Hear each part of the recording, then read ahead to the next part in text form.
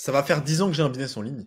Et dans cette vidéo, je vais t'expliquer ce qui se passe derrière le rideau. Les coulisses. Les vilaines petites histoires du business en ligne. Je vais te raconter plein de petites histoires. La première histoire auquel je pense, et je vais pas citer grand monde, vous doutez bien pourquoi, parce que je peux avoir des problèmes. Juste là pour raconter ce qui se passe derrière les rideaux. La première histoire, c'était en 2019. Je suis un mastermind en tant que client. Et il y a un entrepreneur français qui a voulu implémenter des stratégies américaines qui marchaient sur le marché américain mais qui n'ont pas du tout marché sur le marché français. Et en fait, j'avais payé 2000 euros, je crois, pour ce mastermind-là, dans un bel hôtel parisien. Dernier jour, qu'est-ce qu'il fait? Toutes les portes sont fermées. On est tous face à lui. On était peut-être 100 ou 150 personnes dans la salle. Il essaye de nous closer sur une offre à 60 000 euros. Et il essaye de nous closer avec des vieux leviers d'influence. Genre pression sociale. En mode, tous ceux qui veulent réussir, levez la main. Ouais. Ok. Tous ceux qui sont prêts à aller jusqu'au bout, levez la main. Ouais. Ok. Donc là, tous ceux qui lèvent la main, c'est ceux qui veulent réussir. Vous êtes d'accord avec moi? Oui. Ok. Déjà, le fameux replay que je vous offre et que vous avez payé 497 euros pour régler les frais, mais que je vous offre au final, qui veut se faire rembourser aujourd'hui? Et qui a passé un mauvais moment? Et là, il a relié les deux dans sa question. Je suis la seule personne à me lever sur une salle où on était peut-être 100 ou 120. Je suis la seule personne à me lever. Et là, du coup, il vient vers moi, devant moi. Donc, il sort du stage, là, de la scène. Il vient avec son micro, il me regarde, il me dit, ok, donc, toi, Julien Mera, tu estimes que c'est un mauvais événement. Tu décides que je te le rembourse et tu veux faire partie de ces personnes qui font ça. Et moi, je lui dis oui, parce que c'était pas ce qui était prévu. Surtout à ce moment-là, j'avais pas du tout d'argent pour être franc avec vous. Et je lui dis ouais, ouais, clairement.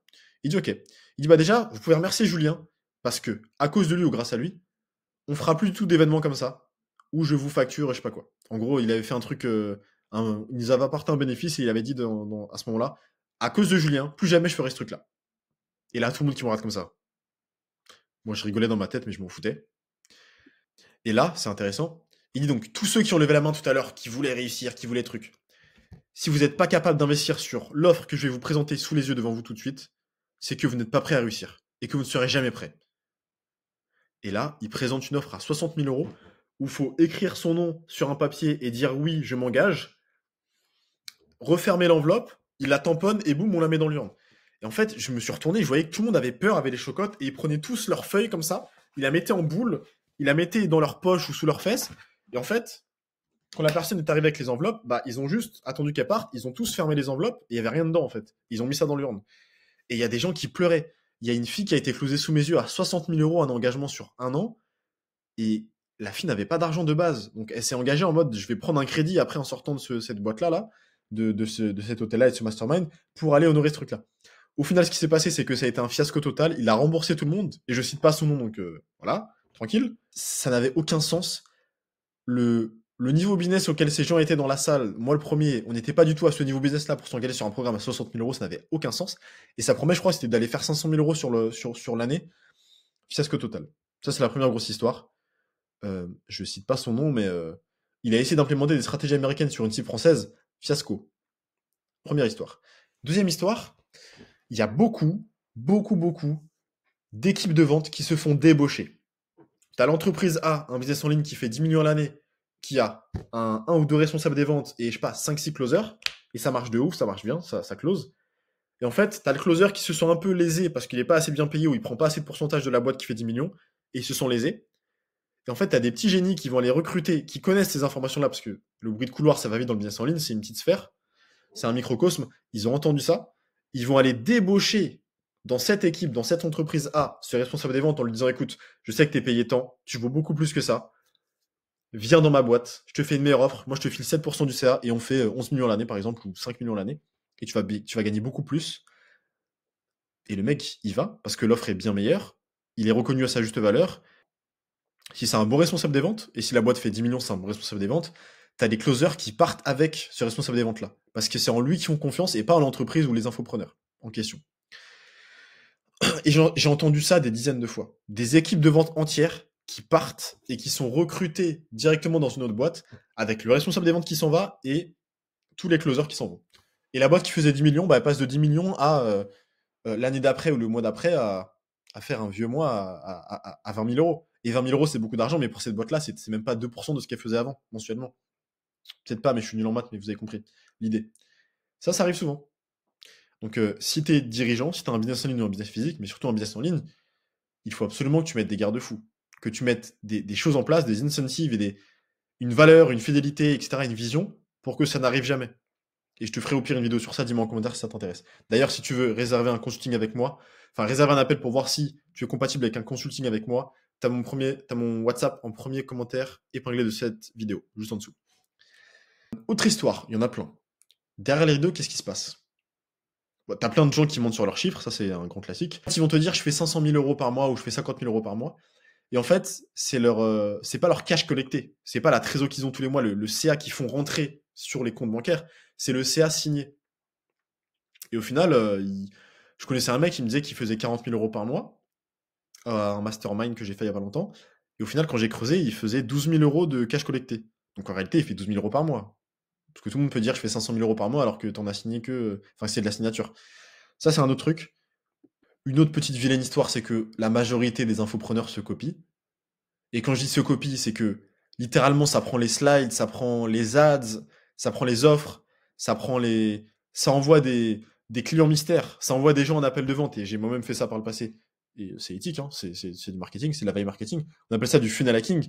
Ils vont envoyer directement des personnes de leur entourage en appel de vente pour voir comment leur concurrent numéro un structure son échelonnement de paiement, comment il fait son offre, comment il fait son pitch, c'est quoi le script qu'utilise ses closers, comment il fait ci, comment il fait ça. Ils analysent tout de A à Z et ils récupèrent tout. Il y a des gens qui vont encore plus loin que ça, et ça, on appelle ça des stratégies de prédation. Et j'ai appris ça avec Valère. Ils envoient directement des gens de leur boîte pour se faire recruter par l'autre boîte en question. Et ils font exprès ils font très gaffe à ce que ce soit pas cramé. Et en fait, la personne va gagner la confiance de la personne, de l'influenceur, j'allais dire du gourou. Ouais, c'est un gourou en soi, de l'infopreneur. Et c'est pas péjoratif, gourou.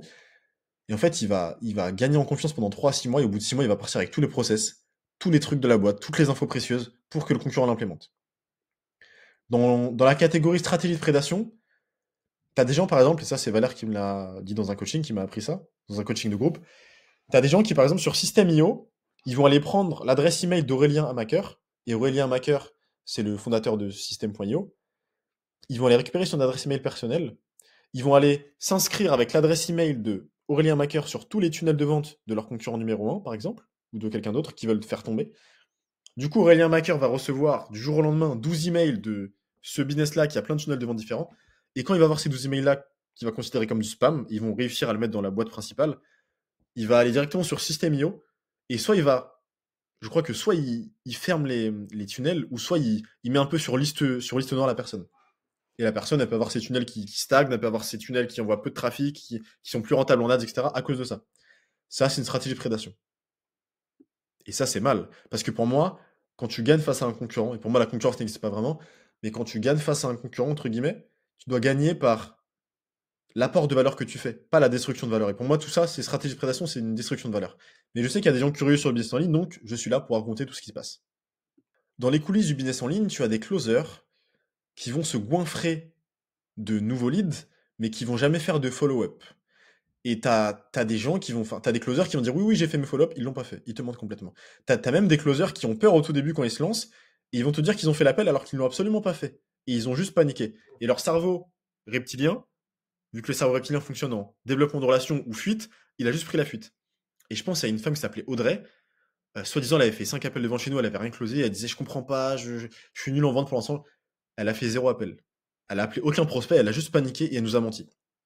Donc dans le business en ligne, il y a beaucoup de mensonges malheureusement. Bon, t'as beaucoup d'ego, ça c'est un grand classique, mais t'as beaucoup d'ego d'infopreneurs qui s'exagèrent, j'aime bien ce terme. Ils se voient beaucoup plus haut que ce qu'ils ne sont réellement, et ils parlent mal à certains, enfin surtout les setters prennent cher. Les setters ne sont pas forcément très respectés sur le business en ligne, et ils sont un peu vus comme juste des exécutants qui font un travail ingrat. Alors qu'en vrai, c'est eux qui rapportent du deal, c'est eux qui rapportent des rendez-vous, et le niveau de respect que tu as pour ton copywriter, ton media buyer qui te rapporte des millions d'euros par an, comparé à ton setter qui te rapporte peut-être 10 000 euros par an, tu dois avoir le même niveau de respect parce qu'on s'en fout de combien il te rapporte, c'est l'être humain le plus important. Et je vais pas faire du virtue signaling en disant ça, je le pense vraiment. Euh, Enfin, en tout cas, pour moi, c'est une valeur forte que j'ai au niveau du respect. Tu respectes la femme de ménage de la même manière que tu respectes un mec du CAC 40. Ça reste un être humain. On s'en fout complètement de son patrimoine, et de ce qu'il a à te faire gagner, etc. Mais ça, malheureusement, sur le business en ligne, c'est pas très respecté, on va dire. Bon, ensuite, tu as les valeurs. Les valeurs de plein de business en ligne, au final, ça reste juste des écrits sur un Google Doc, mais c'est pas du tout les vraies valeurs de la boîte, et c'est que de l'hypocrisie dans beaucoup de boîtes. Si les fameux murs d'études de cas où il y a 300 clients, en réalité, il faut se demander sur les 300 clients qui ont eu des résultats, il y en a combien qui n'ont pas eu de résultats? Parce que si la personne a eu 50 000 clients, il y en a que 3 000 ou 300 qui ont eu des résultats.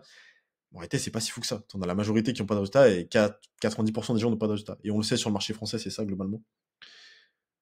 Dans les vilains petits coulisses, ouais, je vais pas citer la personne, mais t'as des mecs qui étaient là en 2012, 2014, 2015 sur le marché, qui étaient déjà infopreneurs à l'époque, qui faisaient des lancements classiques qu'on connaissait à l'époque, hein, c'était la sophistication de marché à l'époque, c'était ça faisait des lancements, et qui font encore ça en 2025.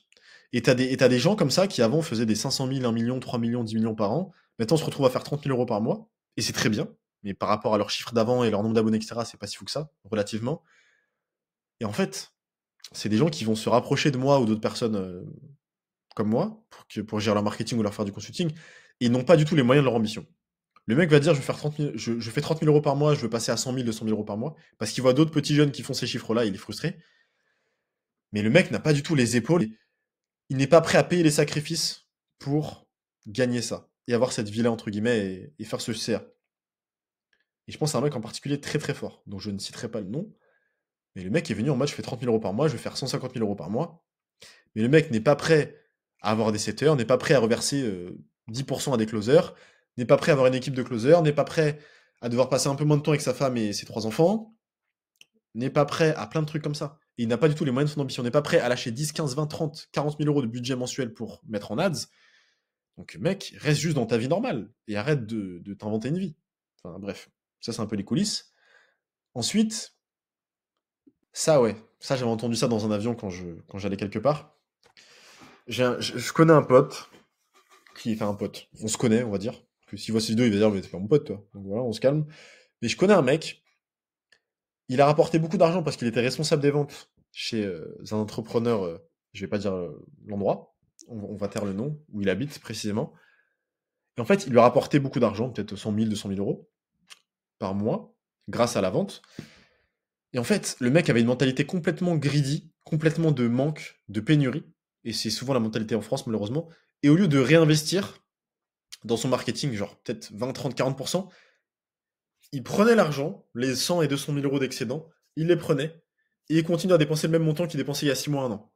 Alors que soi-disant, il voulait scaler. Et on en revient sur les gens qui n'ont pas les moyens de leur ambition. Et en fait, il faisait ça parce que le responsable des ventes prenait 5 ou 10%, je crois. Et mentalité française, le mec préférait continuer à faire 200 000 euros et en dépensant peu de budget marketing, et juste lui filer 5%, ou 10%, j'ai oublié 10%, donc juste lui filer par exemple 10 000 euros, plutôt que de faire beaucoup plus de chiffre d'affaires, gagner beaucoup plus, donc gagner, je sais pas, alors 3 ou 4 fois plus de chiffre d'affaires s'il mettait beaucoup plus de budget en pub, juste pour ne pas filer 100 000, 200 000, 300 000 euros à cette personne-là, alors qu'elle allait lui en faire gagner beaucoup plus. Ça, c'est typiquement français. Ultra irrationnel, et mentalité de pénurie avec l'argent, et relation bizarre à l'argent. Le mec pourrait scaler, le mec il a un truc qui marche, il pourrait impacter encore plus son marché, il pourrait avoir encore plus de gratitude parce que voilà, il pourrait délivrer beaucoup plus de clients, et il va se cantonner avec le même budget marketing parce que monsieur ne veut pas dépenser plus en ads parce que l'autre va gagner plus. Ça, c'est un truc qui arrive très souvent, et beaucoup plus qu'on ne le pense. Je te parle pas des... C'est vraiment la guerre, hein, c'est vraiment n'importe quoi. Je te parle pas des prestataires qui, soi-disant, tu les as en exclusivité, enfin, t'as pas vraiment le droit de faire ça, mais tu penses qu'ils bossent que pour toi ou pour un autre client, et au final, ils ont 12, 15, 20, 30 clients. Et en fait, si le mec il avance pas, c'est pas juste parce qu'il a pas le temps ou que sa femme a accouché. Non, non. C'est parce que le mec il a 15 clients et il le paye tous 1 000 euros par mois. Il fait ça exprès parce qu'il veut se mettre un max dans sa poche et il s'en fout complètement de ta boîte. La solution pour ça, c'est les valeurs et la culture, etc. Mais voilà, ça arrive très souvent. Bon, j'ai vu beaucoup d'espacements de plein d'infopreneurs différents, peut-être 50 ou 100. Je te parle pas des immondices que j'ai vus. En 2024, je suis tombé sur une formation de business en ligne pour apprendre à faire de l'argent en ligne. C'était en mode module 1, comment trouver sa niche, module 2, comment trouver son avatar, module 3, et un vieux Word dégueulasse qui datait de 2015, je crois. Ils vendaient ça 2 ou 3 000 euros. J'ai vu ça, je me suis dit, mais Comment c'est possible d'encore vendre ça en 2024 avec la sophistication de marché qu'il y a? Donc, il y a des formations, et pour avoir eu accès à beaucoup de formations sans forcément les payer parce que c'était mes clients, ou des prospects, mais du coup, j'ai pas bossé avec eux parce que ça m'intéressait pas vu qu'ils délivraient pas de la qualité. Il y a des espaces membres. Ça fait froid dans le dos. Des espaces membres où t'as tellement pas de valeur, il y a tellement de 100 fois plus de valeur sur YouTube gratuitement.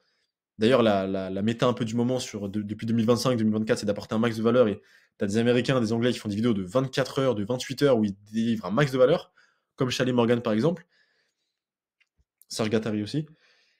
Ouais, ça c'est triste. T'as vraiment des espaces membres et des coachings qui font peur. Tout le monde se copie, ça je te l'ai dit. Un grand classique. Après, c'est bien en soi. Moi, je trouve pas ça si péjoratif que ça. T'as des stratégies de prédation qui sont très smart. Et c'est une stratégie que j'ai implémentée récemment. Et je vais citer personne parce que sinon les concurrents vont comprendre ce qu'on a fait. Tu prends une entreprise qui fait 100 000 euros par mois, par exemple. On va dire que cette boîte est ma cliente. Je vais volontairement créer une page publicitaire Facebook, pardon, avec le nom et prénom du dirigeant ou le nom de la boîte, tout simplement. Je vais volontairement mettre 5 ou 10 euros de budget, donc c'est pas moi qui va faire techniquement, mais le média buyer va mettre 5 ou 10 euros de budget sur 6 mois, 1 an. Et en fait, les publicités qu'on va faire, c'est des publicités où volontairement on sait que nos concurrents vont nous recopier, mais on les envoie complètement dans le mur. Parce qu'on redirige sur une fausse vidéo de vente, on redirige sur des vieux angles marketing pour qu'ils nous copient et qu'ils aillent droit dans le mur. En fait, ça nous coûte beaucoup moins cher de payer 10 euros par jour. Je crois que ça fait à peine 300 euros par mois. Payer 10 euros par jour pour en gros avoir un budget à 300 euros par mois que tu payes. Et en fait, tu payes pour que que tes concurrents, pardon, aillent dans le mur. Et aillent dans la mauvaise direction. Toi, tu fais semblant que tu vas à gauche, eux, ils vont à droite. Ça, c'est une stratégie de présentation qui marche énormément. Et bien sûr, derrière, tu vas avoir des pages Facebook cachées où tu vas pas vraiment mettre ton prénom, tu vas mettre des choses un peu où on va savoir que c'est toi, mais quand les clients vont voir la pub, ils vont savoir que c'est toi, mais tes concurrents, quand ils vont te chercher sur la bibliothèque publicitaire Facebook, ne vont pas te trouver. Et là, tu fais tes vraies pubs. Et là, tu mets tes vrais budgets où tu mets tes 10 000 euros par mois de budget publicitaire et où tu fais tes vraies pubs, où tu rediriges sur tes vrais challenges, tes vrais webinaires, tes vrais VSL et tes vrais ads. Ça, c'est un truc que certains font. Et ça marche de ouf. Et moi, en soi, je trouve ça éthique. Il y a plein de stratégies de prédation que je trouve vraiment pas folles. Par contre, ça, j'ai aucun souci à faire ça. Parce que comme ça, j'envoie mes concurrents dans le mur, les concurrents de mes clients, et donc prendre l'avance sur eux. Ça, c'était des vraies petites stratégies de prédation. D'ailleurs, dis-moi en commentaire si ça t'intéresse que je fasse une série de vidéos où je prends des concepts de la nature, de la sélection naturelle. Euh, En gros, ce que j'explique, c'est dans ce genre de vidéos, si je vais les faire, c'est que nous, on veut scaler des boîtes au niveau du chiffre d'affaires. Pour moi, ce qui a scalé dans la nature, c'est la survie. La sélection naturelle, c'est le développement naturel des espèces, j'allais dire humaines, des espèces vivantes dans la nature qui ont réussi à s'adapter à leur environnement pour de plus en plus survivre à des choses de plus en plus compliquées. Exemple des cafards, par exemple, qui vont survivre de plus en plus à des pchits qu'on achète au magasin. Exemple dans la nature, les fourmis vont s'adapter à leur environnement. Et je sais que, par exemple, il y a des fourmis qui arrivent à flotter sur l'eau quand dans l'Amazonie, il y a beaucoup d'intempéries et beaucoup j'allais dire d'incendies, beaucoup d'inondations. Et elles ont développé un truc pour se réunir entre elles et construire un radeau de fourmis entières. Et elles arrivent à vivre pendant 3 mois sur des fleuves en Amazonie où il y a des poissons qui essaient de les manger, il y a des oiseaux qui essaient de les manger aussi. Et en fait, exactement ce qu'elles faisaient sous terre avant avec les différents pôles qu'elles ont, où elles ont un endroit où il y a les fourmis ouvrières, un endroit où il y a les fourmis qui se bagarrent, un endroit où il y a les fourmis qui sont enceintes, un endroit où il y a les fourmis bébés, les petits œufs. Elles vont faire exactement le même système sur le radeau. Et c'est complètement fou de voir ça. Ça, on peut transférer ça dans un concept business. Là, par exemple, ce que je t'expliquais par rapport à faire des publicités à 10 euros par jour pour envoyer tes concurrents dans le mur et qui te copient, ça, c'est un peu comme. Il y a un poisson, je sais que dans les abysses, il y a un poisson qui fait une espèce de leurre avec sa queue. Il fait un leurre ici pour que tu aies l'impression que c'est de la nourriture et que tu viennes. Et en fait, les poissons arrivent et boum, il y a juste sa gueule derrière et hop, il les chope et il les mange. C'est un peu la même chose. Il envoie à gauche pour que l'autre aille à gauche, il se prend le mur et il le mange. C'est un peu la même chose avec les concurrences que j'ai décrit juste avant. Donc ça, dans les business en ligne, des stratégies de prédation comme ça, il y en a beaucoup. En fait, plus tu vas grossir et plus tu vas scaler, plus la cible dans ton dos va être grosse et plus les gens vont vouloir t'abattre. C'est triste à dire, mais c'est l'espèce humaine, c'est la nature, c'est le jeu. Donc t'as plein de stratégies comme ça. Des coulisses comme ça, bon là ça fait déjà 20 minutes de vidéo, je pourrais parler 1 heure et demie. J'en ai plein des choses comme ça. Ouais, j'allais dire un truc, mais je vais pas le dire. Je te le dirai peut-être sur WhatsApp si tu me parles directement en privé, mais je vais pas le dire ici, c'est trop. Je vais pas lâcher ça ici. Mais sinon, tu as mon WhatsApp pour discuter avec moi. Si tu es un profil qualifié, que tu as déjà un business et que tu as un niveau intermédiaire ou avancé. J'entends par là que tu as déjà une équipe, que tu as déjà scalé, tu as déjà une preuve de concept et tu as atteint un plafond de verre, tu veux débloquer ta croissance et tu veux discuter avec moi pour potentiellement que je fasse du consulting avec toi, et tu as un profil qualifié, donc tu as mon numéro de téléphone en premier commentaire épinglé, tu m'envoies un message si tu veux. Et sinon, clique tout de suite sur cette vidéo pour aller regarder la vidéo suivante.